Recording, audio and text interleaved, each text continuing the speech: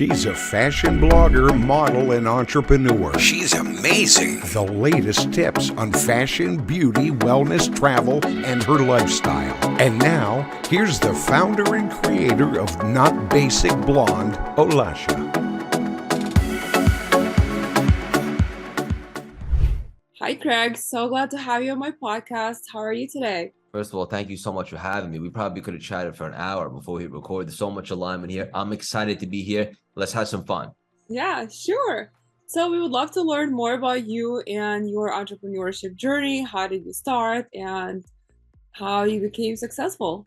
Yeah, so I had a reinvention season in the beginning of the pandemic, or lockdown, I should say. I'll give your audience and listeners some context in case they weren't familiar. I spent 13 years on Wall Street prior to the pandemic, and I was having success, and I say success in quotations because I was making money, but as it turns out, that's a part of success, not the whole thing. And I found myself in a pretty dark season a few years back. I had just got out of a toxic relationship. My best friend, my dad, had just got diagnosed with cancer. And even though I was making money and I had my own business, I wasn't exactly putting a dent in the universe, if I'm being honest. And so I started drinking more than I'd like to admit, but I didn't stay there long.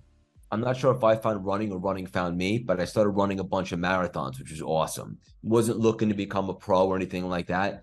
I was just looking to find myself, do some hard things, get some confidence. And essentially it worked. And then fast forward to the lockdown and the pandemic. I mean, this was a global awakening, but for me specifically, I looked at this as a historic opportunity. Like, when is the world ever going to sit still like this? And for the first time in my adult life, but really my whole life, I just took a minute to reassess. And it occurred to me in that moment just how miserable I had been for quite some time. And so I did this eulogy exercise, which is really tangible for your listeners, and they could do it as well. And essentially, if this was it for you in a dark, twisted, alternative universe, and people showed up at your funeral 2 weeks from today, what would be said? What kind of impact did you leave? What kind of legacy did you leave? What kind of contribution did you make? And it occurred to me at that moment that none of the above. I had significantly underachieved. So I decided to forgive myself and become available for why I'm really here. And I believe all of us are here for a big reason. And by getting quiet, I started to get those creative divine downloads. It was like, of course, I've been obsessed with personal development for 15 years. But what if it was more than just a passion? What if it was my assignment, my purpose? Literally the next day in a run in Central Park, my CLS brand came to me, Cultivate Lasting Symphony, a play on my initials, Craig and Siegel. And I started putting out content. And I had this whole strategy, like a 10-lane highway, speaking, book, podcast, community, coaching, all that. And I started to reverse engineer it. And I just started to get momentum, and it started to compound. And then I had that moment of imposter syndrome that we all have. It's like, but who's going to want to listen to me? And then the cost of inaction. And then I doubled down, and literally the universe like that, it caught fire. Over the last 2 years since then, the brand exploded. We have one of the top entrepreneurial podcasts on the planet, sponsored by Mark Cuban, speaking all over the world. Just signed the record, first-time author book deal coming out in August. Coaching, communities, all the things. Just got engaged. So it wasn't just a career reinvention. It was life. Sold the business on Wall Street. This is it for me in some capacity for the rest of my life, and would just get warmed up. And I know that was a long-winded answer, but I just wanted to give your listeners and audience just some context on how I got here today. Wow, this is an incredible story. And I know pandemic made a huge role for all of us. For some people, it broke them. For some people, it made them thrive. And for me, I was really busy during pandemic, like crazy busy, because I launched my podcast prior to it, just right before, and I got so busy, and it thrived during pandemic because everyone was at home. Everyone wanted to actually interact and get promoted, so it got really busy for me too. And the story you actually told me really inspiring, and I'm sure so many of us probably would like to know, from your huge experience on Wall Street and in sales, what do you think are the best strategies in sales? And when it comes to sales, and I talk a lot about this in the book, the Reinvention Formula, dropping August 15th, which is available for pre-order now. I think sales is important for anybody in any walks of life. you don't just have to be a salesman or saleswoman. Like, you're always selling yourself in some capacity with everything you do, right? Whether it's negotiating a phone bill or putting yourself out there for a relationship or anything in between. So for me personally, I see a lot of coaches, like, they come to me like, I want the success that you've had in a relatively short amount of time. Like, how did you do that? And they'll go to like launch a program or a course, and crickets, no one signs up. And it's because they don't understand this. You, first of all, you have to build a community. You have to get people interested. And to do that, you have to add value. Like for me, when I started CLS, the first couple months, I didn't worry about making money. I just wanted to add value and build a community, put myself out there and earn people's trust. And by doing that, I was dating my audience. In other words, like, I would see what they were looking for. I would drop content to help them in different areas that they were struggling, whether it be mindset, strategies, entrepreneurship, running marathons, whatever the case may be.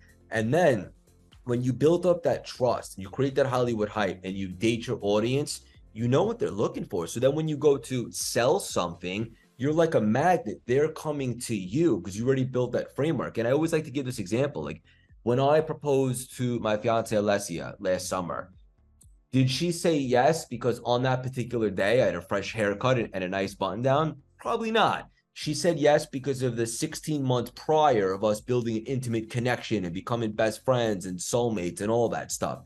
So sales is no different. You want to build a rapport and form a connection with the audience. And I think rapport, in other words, leaning in, and like me and you right now, like, we're not worried about anything else in the world. We're just worried about having a great conversation.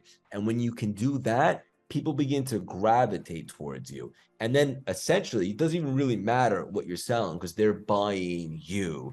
And I think that gets lost a lot. So lean in, build a rapport, and date your audience has been huge. Yeah, it does get lost a lot. And it also leads me to my next question is why so many people fail at launching their own brand?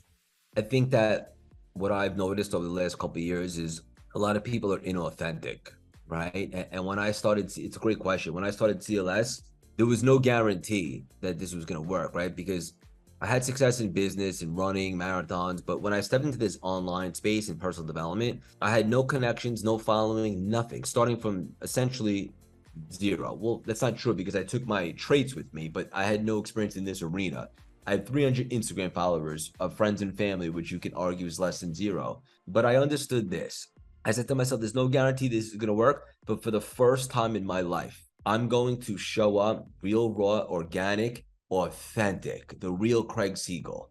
And prior to that, I've been a bit of a people pleaser and I wasn't always myself. I tried to kind of fit in. And ironically enough, when I said, if I fail with this, at least I failed being myself, even though I didn't really think I'd fail because I'm creative and resourceful enough and determined to figure it out. The weird and strange cat that I am, and just to be clear, I am very weird. I am very strange. I have my own, mannerisms and catchphrases, whatever the case may be. The more I would show up as me, the more the world began to see me and the more people began to gravitate towards me. And just to be clear, it's not for everyone.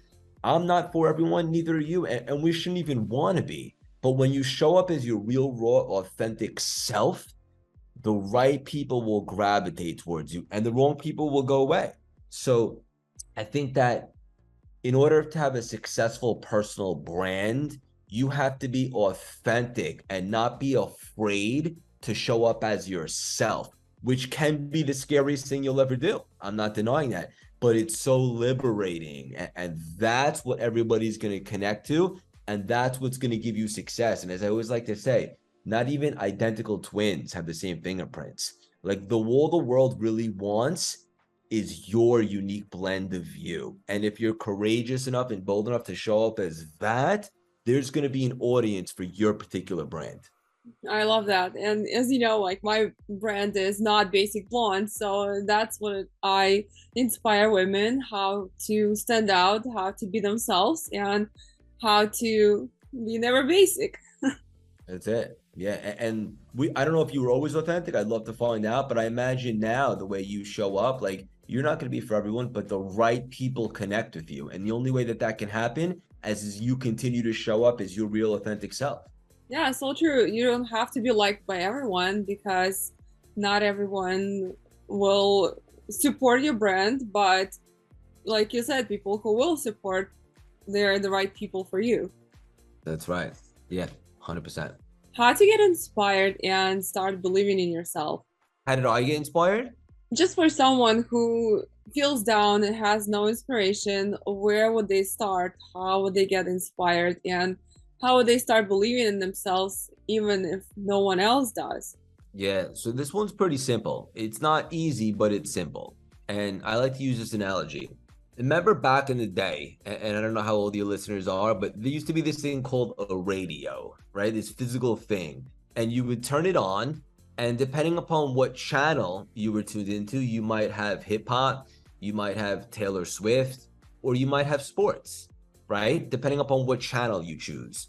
Essentially, our brain and mind is an antenna, and we are a radio. And depending upon what frequency we're tuned into is what is going to manifest in our life.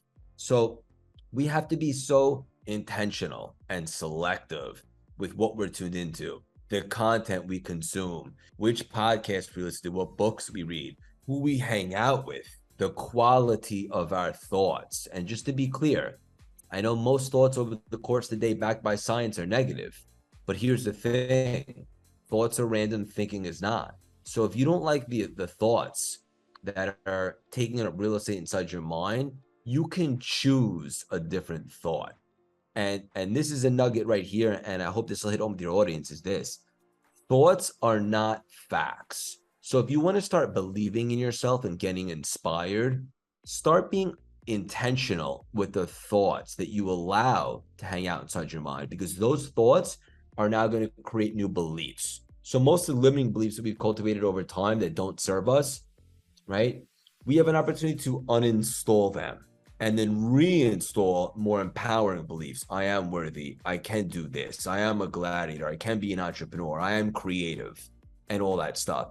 And then those beliefs create new feelings and behaviors, which essentially create new results in your life.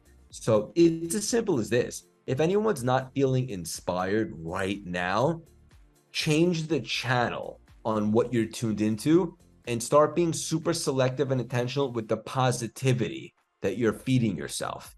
And then from there, now you have a whole new frequency and vibration to operate from. And then you can start making major moves, and we can kind of lose that scarcity mindset. So be intentional with what you're tuned into. Scarcity mindset is the worst. And what I've noticed, when you get to different level, you start getting different limiting beliefs. So it's like you work through some limiting beliefs for this level, but as soon as you level up, you have like new set of limiting beliefs, because new level requires more energy, more knowledge, and I guess to remove your limiting beliefs.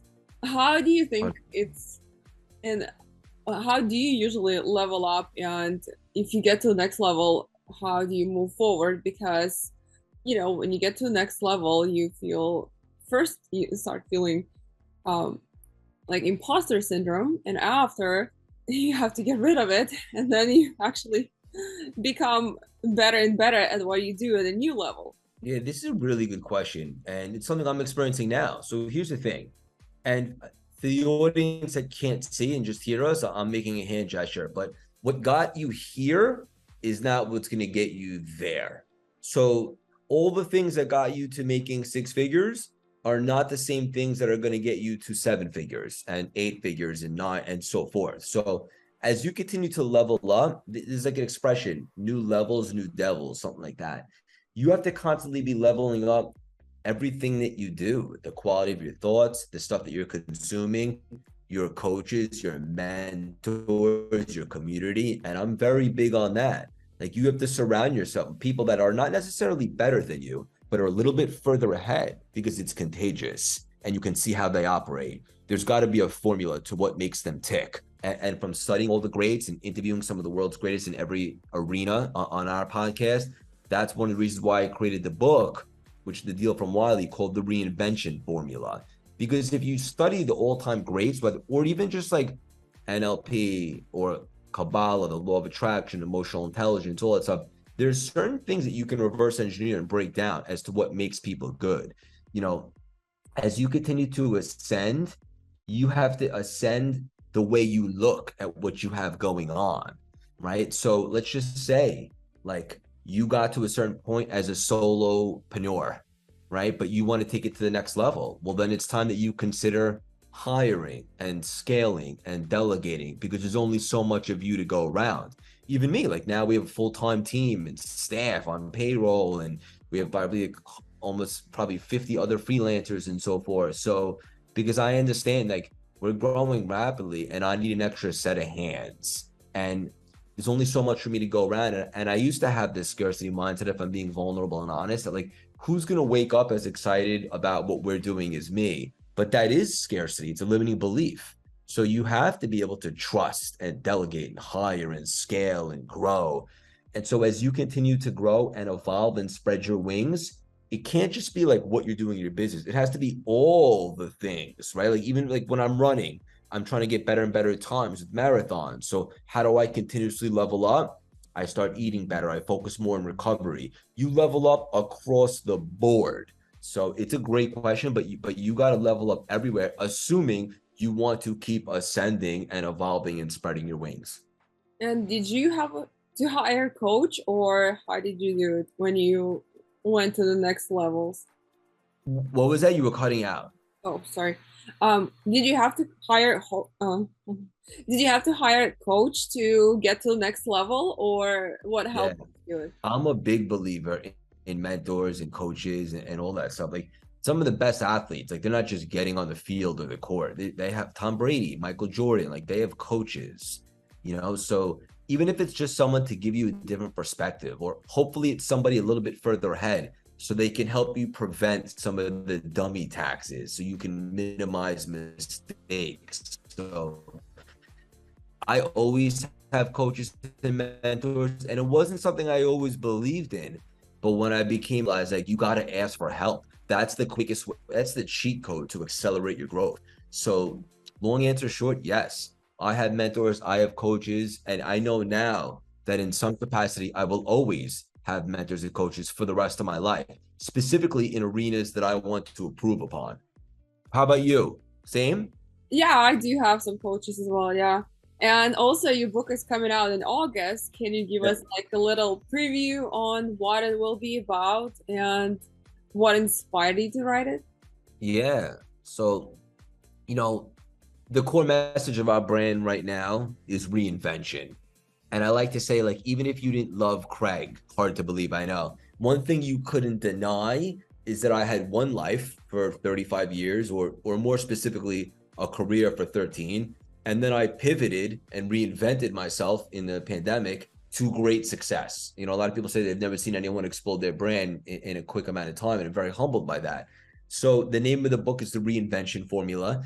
And, I manifested the book deal because when I said that I had like 10 things I wanted to do, I looked at it like a highway, each lane, something else: speaking, book, podcast, shows. The book deal was on the whiteboard and the vision board, but I like to marry the process, divorce the outcome. For me personally, I didn't want to self-publish my first book. Not that there's anything wrong with that. I just personally wanted to have a major publisher behind me, kind of like a movie having a studio behind them. So I put the intention out there, and then I divorced from it, and I just kept building and compounding and building.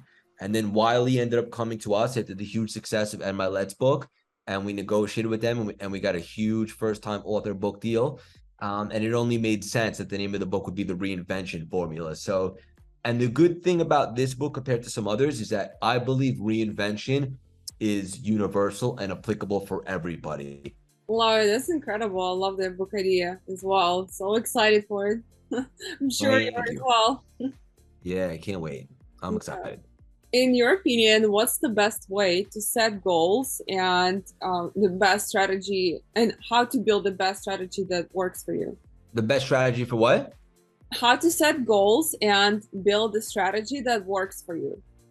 Yeah, so when it comes to setting goals, I think you have to be very intentional with why the goal is important to you and when the goal should be hit, right?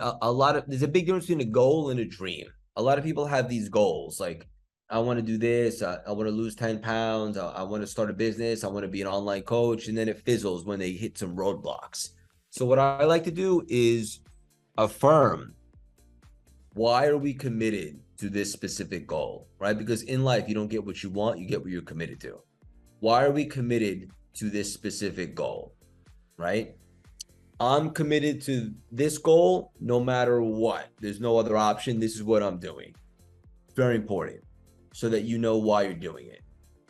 And then you say, okay, by affirming that goal like that, now it's top of mind and I'm recommitting to this every single day.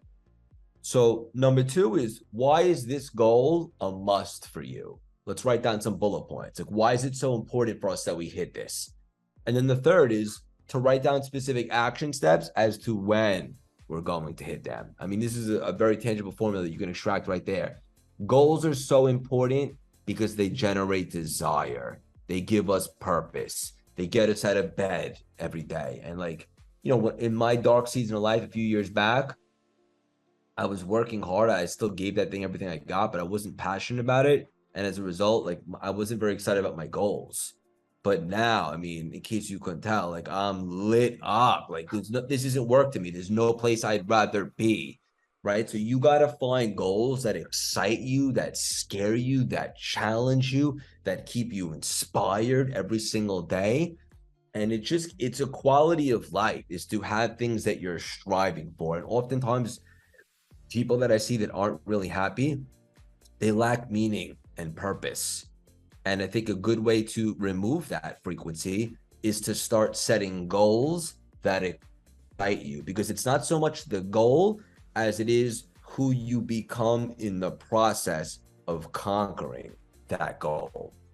I know sometimes most of the coaches and most of the most of the coaches tell us to set goals that scare you, but what if you don't achieve the goal and you get so upset, so frustrated, and you set this huge goal for yourself and you didn't achieve it? Then what happens next? Like, what someone should do in that case? Well, like I said, it's not so much the actual goal as it is to who you became on the journey of trying to chase it, right? And Tom Bilyeu was on the podcast recently. You know, him and Lisa, they sold Quest for over $1 billion. They're great entrepreneurs. And he was saying something similar. He's like, it's not the championship rings, because every time you reach that mountaintop or not, you're always thinking about the next mountaintop. So now that we know it's not really the destination, it's more about the journey and the process, right? Like, even for me, like, the most recent marathon that I ran was last October in Chicago. And I had a very audacious goal and I did not hit it. I came up a little short. But because it was so audacious and scary, and coming up short was still the best I ever did and significantly faster than any previous marathon.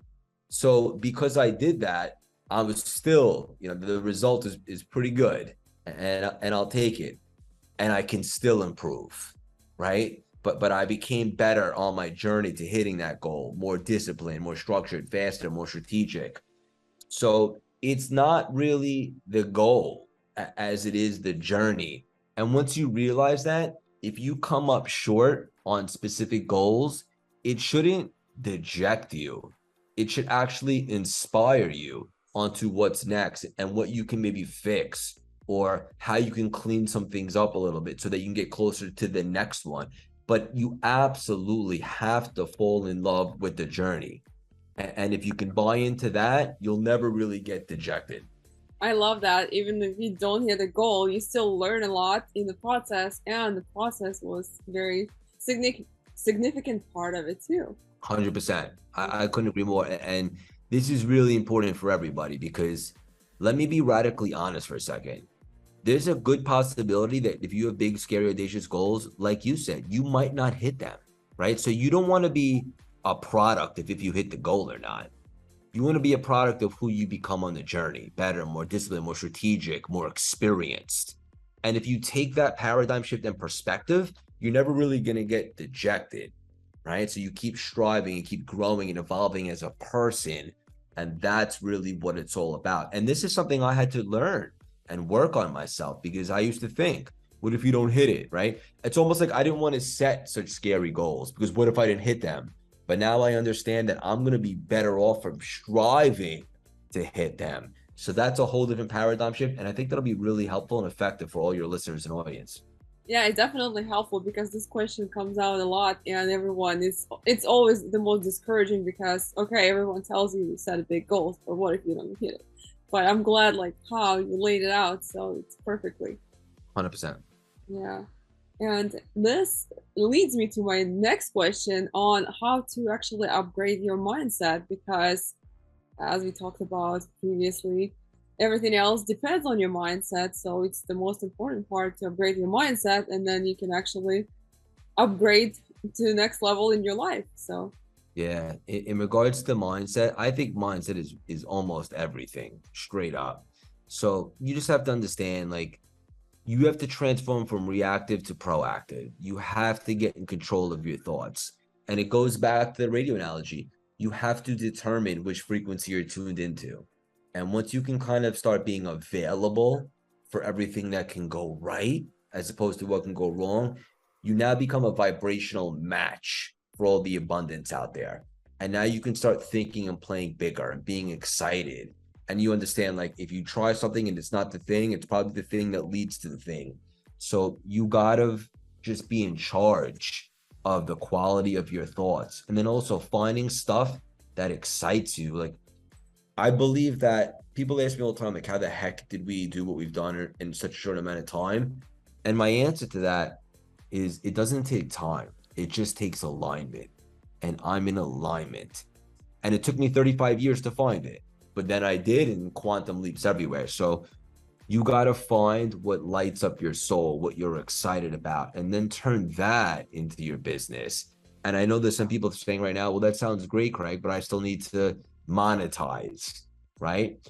I want you to know that you can absolutely create a hybrid of making a massive impact, having a lot of fun, and unapologetically making a lot of money too. Because when you're so passionate and excited about something, people will be asking how they can get involved. The money will come in. It's just an energetic exchange. It's a byproduct. Like, I didn't step into CLS for the money, but ironically, I'm making more money now than I made on Wall Street. Now I realize it's not so surprising. It's because I love this stuff so much and I'm passionate about it, and I'm improving every single day. So find what makes you on fire for life, what lights up your soul, and get into alignment. And that's the best way to work on your mindset and really your overall life as a whole. so true. Personally, me, I'm not a bare minimum person. For me, it's like go big or go home. And I always strive for bigger and bigger goals. And when some people are satisfied with bare minimum and they think it's their level and it's okay for them to do that, they definitely downgrading themselves and stealing everyone else from their talents from the world. They stealing the world from the showing their talents and probably teaching something they know to others, which could benefit both sides. Right. Yeah. You got to find what sets your soul on fire in life. We're only here for such a short amount of time. So true. Yeah. And what to do if you are not where you want to be? So if you know, and if we're being honest, most people in life are not where they want to be, right? But as long as that you know, and when I say you, I'm listening to whoever, I'm speaking to whoever's listening right now. If you know that you're here for something more than you're currently doing, now we can take some inspired action towards fulfilling our assignment and cultivating meaning and purpose in life, right? So it goes back to getting into alignment. First and foremost, forgive yourself. I lived with shame and guilt for so long. I was anxious about the future. I was depressed about the past. I was everything but present in the moment. And once I decided to forgive myself in the beginning of the pandemic and realize that it's true, I'm not where I want to be, but I'm going to forgive myself. And all that matters is what I do next. And then I started becoming available and I started getting the downloads and I started taking inspired action. So forgive yourself and focus on what can you do next to get into alignment with your life. Because carrying around the frequency that you're here for something more doesn't help. Now that we've acknowledged it, let's take some inspired action and get closer to being in alignment. So first and foremost, I would suggest the listener to forgive yourself and then figure out what's the next move. I love that because sometimes most of us, when something is not working out and you're not where you want to be, you start blaming yourself for not being able to move forward and not being able to change anything, and that makes things even worse because you can't proceed if you're in that kind of emotional state. So, like you said, forgive yourself and keep moving forward and learn from your mistakes. That's it. Yeah. Yeah. You can't dwell on energy that doesn't serve you. It's a waste of time. You So, got to allocate that to something that can propel you forward. so true. And what would you say, like, what services do you offer? Do you offer any coaching services, or what what do you guys do? Yeah, so we have an extensive waiting list for one-on-one coaching, usually high-level CEOs, athletes, and actors. We also have a community. We have a CLS membership, which is like-minded individuals. We meet once a week, talking about all things personal branding, entrepreneurship, mindset. It's available on our website and so forth. And then we do masterminds. We're actually launching one tomorrow, speaking all over the world. Obviously, the book coming out. But we have a lot of free content too. Like anywhere you listen to a podcast, the CLS experience. For any of your listeners that are in the US, you can join our free texting community. Just text 917-634-3796. Mention the show's name so I know that you heard it here. But really on social media is my favorite because I love to connect and I love to interact with the audience. So come say hello. It's at Craig Siegel _CLS. But yeah, a lot of coaching and speaking. That's incredible. And what was your biggest challenge in your entrepreneurship journey, and how did you overcome it? You know, I get asked this often, and I have a weird answer because I say very humbly, since I started this, a lot of things have worked out. I've been super intentional and selective and strategic. Now, I'm far from perfect. I'm still learning and stuff like that, but I wouldn't have changed a thing. The brand is growing every single day. We're extending our reach. We're helping more people.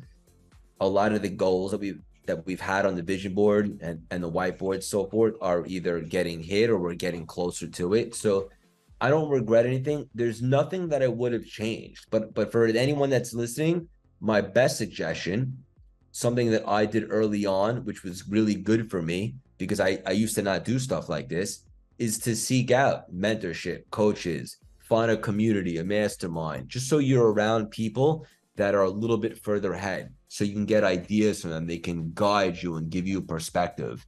So although I was fortunate enough to realize the importance of that from the beginning and I capitalized on it, for anyone listening today, no matter what you want to do, it doesn't have to just be a performance coach or an entrepreneur, anything at all.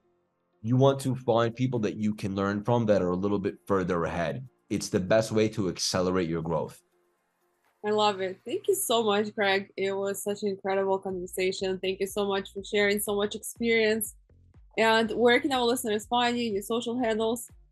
Yeah. Anywhere you listen to podcasts, the CLS experience, our website, cultivatelastingsymphony.com. You can see more about us. Anywhere on social media at Craig Siegel _CLS. And anywhere you buy books available for pre-order right now, the Reinvention formula. And if you grab a copy, take a screenshot and story, and I'll restore it. We get really excited. Books breaking records, pre-order. So just excited about all the things. Come find me and say hello. I'd love to interact. Thank you so much.